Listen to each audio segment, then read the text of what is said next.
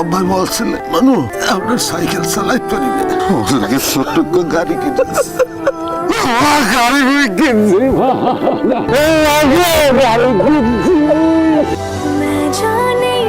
মা বলতে আছি যে তুমি বাড়িতে একলা থাকলে আমি তো দুশ্চিন্তায় থাকবো, আমি যাওয়ানোর সময় তোমাকে লয়ে যাবো। আচ্ছা আর কয়টা দিন থাকি?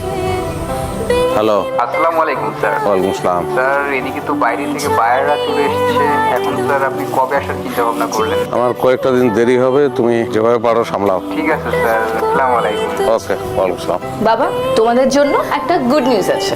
তোমাদের জামাই আনোয়ার তার মাকে গ্রাম থেকে নিয়ে আসছে। ব্যাস। সে কি এখানে থাকবে? এখানে থাকবে না তো কোথায় থাকবে? কি তুমি বলো উল্টো পাল্টা কথা সব। তোমাদের যদি অসুবিধা না হয় তাহলে আমার কি, ওই কাজের মেয়েটাকে বল পাশের রুমটা রেডি করে রাখতে। সমস্যা কি? ভর দুপুরে এত চিল্লাচিল্লি করতেছো কেন? কই, আমার তো কোনো সমস্যা নেই, আমি তো স্বর্গে আছি। তো স্বর্গেই তো আছো।